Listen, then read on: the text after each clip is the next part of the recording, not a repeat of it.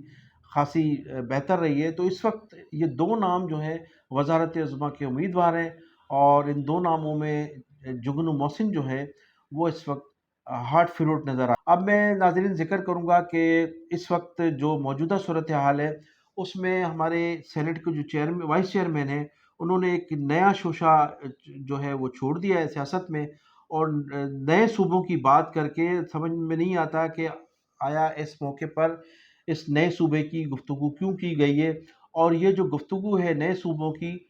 تو اس گفتگو میں اور پھر اس تسلسل میں، جس میں ظاہر ہے کہ مختلف جماعتوں کے لوگ اپنے اپنے بیانات بھی دیں گے، اپنے اپنے تحفظات کا اظہار بھی کریں گے، تو یہ گفتگو جو ہے اس وقت پاکستان پیپلز پارٹی کو سوٹ کرتی ہے۔ اب پیپلز پارٹی اس نئے صوبے کے ایشو کو لے کر اپنے پیپلز پارٹی کے جو امیدوار ہیں اس ایشو کو لے کر اپنے انتخابی حلقوں میں جائیں گے، اور پھر کہا جائے گا کہ جناب سندھ کو توڑا جا رہا ہے، اگر پاکستان پیپلز پارٹی کو ووٹ نہ دیے گئے تو سندھ تقسیم ہو جائے گا، سندھ کے شہری علاقوں پہ جو مختلف قومیت کے لوگ ہیں وہ قابض ہو چکے ہیں۔ اس سے قبل اردو بولنے والے قابض تھے، پھر پشتو بولنے والے بھی اب بڑی تعداد میں سندھ کے شہری علاقوں پر قابض ہو چکے ہیں۔ تو لہٰذا اس صوبے کے تحفظ کے لیے، اس صوبے کی جو ہے وہ سرزمین کے لیے، صوبہ ماں دھرتی کے لیے ووٹ پاکستان پیپلز پارٹی کو دیا جائے، تاکہ ہم اس صوبے کی جو ہے وہ حفاظت کر سکیں اور اس صوبے کو ان لوگوں سے بچا سکیں۔ تو اب ان کے امیدوار جو ہیں اس نئے صوبے کے ایشو کو لے کر اپنے انتخابی حلقوں میں جائیں گے، اور پھر اس ایشو کے ذریعے پوری کوشش کریں گے کہ پاکستان پیپلز پارٹی ایک مرتبہ پھر انتخابات میں کامیابی حاصل کرے۔ لیکن اس مرتبہ ایسا لگتا ہے کہ یہ شاید ان کا نعرہ کامیاب نہ ہو سکے، اس لیے کہ ماضی میں یہ اس کی پسندوں کے خلاف بھی انہوں نے نعرے لگائے، پھر اس کے علاوہ ان کی یہ کوشش رہی مختلف جگہوں پر لسانی فسادات بھی کراتے رہے انتخابات کے دوران، لیکن ان تمام جو ہے وہ حالات اور واقعات میں اسٹیبلشمنٹ ان کا ساتھ دیتی رہی ہے۔ لیکن اب یہ محسوس ہوتا ہے کہ اسٹیبلشمنٹ یہ فیصلہ کر چکی ہے کہ پاکستان پیپلز پارٹی کو مکمل طور پر آزاد چھوڑ دیا جائے، اگر وہ انتخابات میں جیت کر کامیابی حاصل کرتی ہے تو بلا شک حکومت بنائے، لیکن ان کو اس طرح سے سپورٹ نہیں کیا جائے گا جس طرح سے 2018 کے انتخابات میں ان کو سپورٹ کیا گیا تھا۔ 2013 کے انتخابات میں بھی ایک معاہدے کے تحت سندھ ان کے حوالے کر دیا گیا تھا۔ 2018 میں بھی باجوہ صاحب نے ایک کہا جاتا ہے مبینہ طور پر ایک بہت بڑی رقم لے کر جو ہے سندھ کو ان کے حوالے کیا تھا، لیکن اب کہا جاتا ہے کہ وہ حالات، وہ واقعات نہیں ہیں کہ سندھ ان کو دوبارہ ان کے حوالے کر دیا جائے، چونکہ جو سندھ میں جو کرپشن کی داستانیں ہیں، جو جس طرح سے سندھ میں لوٹ مار کی داستانیں منظر عام پہ آ چکی ہیں، تو اب ہمارے ادارے جو ہیں وہ نہیں چاہتے کہ ایک مرتبہ پھر ناظرین اب میں ذکر کروں گا بانی متحدہ الطاف حسین، جو گزشتہ کئی دنوں سے عید سے لے کر اور تاحال بانی متحدہ الطاف حسین صاحب جو مسنگ پرسنس ہیں اس کے حوالے سے مسلسل آواز اٹھا رہے ہیں، اور مسلسل ان کی یہ کوشش ہے، اور یہ ان کا مسلسل یہ کوشش کر رہے ہیں کہ وہ سید عاصم منیر صاحب کو اپنی گفتگو سے، اپنے مطالبات سے، اور جن کے لوگ مسنگ پرسنز ہیں ان کے بچوں کے ذریعے ان کے پیغامات کو پہنچائیں، اور ان کو یہ قائل کریں کہ جو مسنگ پرسنز ہیں، خواہ ان کا تعلق کراچی سے ہو، خواہ ان کا تعلق لاہور سے ہو، خواہ ان کا تعلق بلوچستان کے کسی حصے سے ہو، سندھ کے کسی حصے سے ہو، جتنے بھی مسنگ پرسنز ہیں ان کو جو ہے منظر عام پر لایا جائے اور ان پر مقدمات چلائے جائیں۔ اگر وہ کسی جرم میں ملوث ہیں تو ان پر مقدمات چلائے جائیں، ان کو منظر عام پر لایا جائے، کیونکہ ان کے جو لواحقین ہیں، ان کے بچے ہیں، ان کے بہن بھائی ہیں، ان کی بیویاں ہیں، ان کی مائیں بہنیں ہیں، ان کے والدین ہیں، وہ سب لوگ منتظر ہیں اپنے مسنگ پرسنس کے، جو برسہ برس سے ان کو جو ہے وہ کون سے طاقتور حلقوں نے ان کو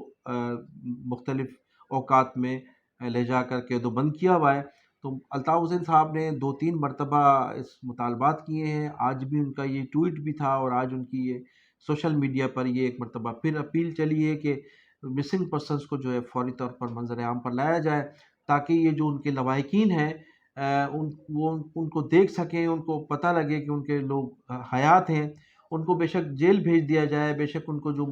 جو مختلف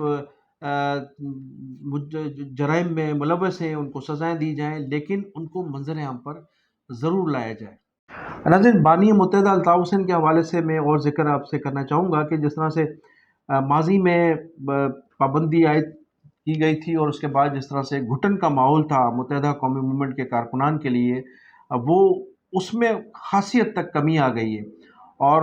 اب اخبارات میں بھی سرخیاں ہیں الطاف حسین صاحب کی۔ سب سے پہلے آپ نے دیکھا کہ جنگ میں جو تھی وہ خبر شائع ہوئی بانی متحدہ الطاف حسین کی، پھر ڈان میں بھی ان کے حوالے سے ذکر ہوا، اور آج جو لوکل اخبارات تھے اس میں بھی کافی حد تک الطاف حسین صاحب کی 3-4 میں جو ہے وہ خبریں شائع ہوئی ہیں۔ پھر آپ نے یہ بھی دیکھا کہ 11 جون کو جو یوم تاسیس منایا گیا، اس میں بھی کافی حد تک ریلیف تھا۔ پھر عید قرباں پر جس طرح سے بانی متحدہ الطاف حسین کے نام پر قربانیاں کی گئی، اور لوگوں نے باربیکیو کے ٹائم پر جشن منایا، اس میں بھی آپ نے دیکھا کہ کافی ریلیف نظر آیا ہے۔ تو بانی متحدہ کے الطاف حسین کے حوالے سے اب خاصی خبریں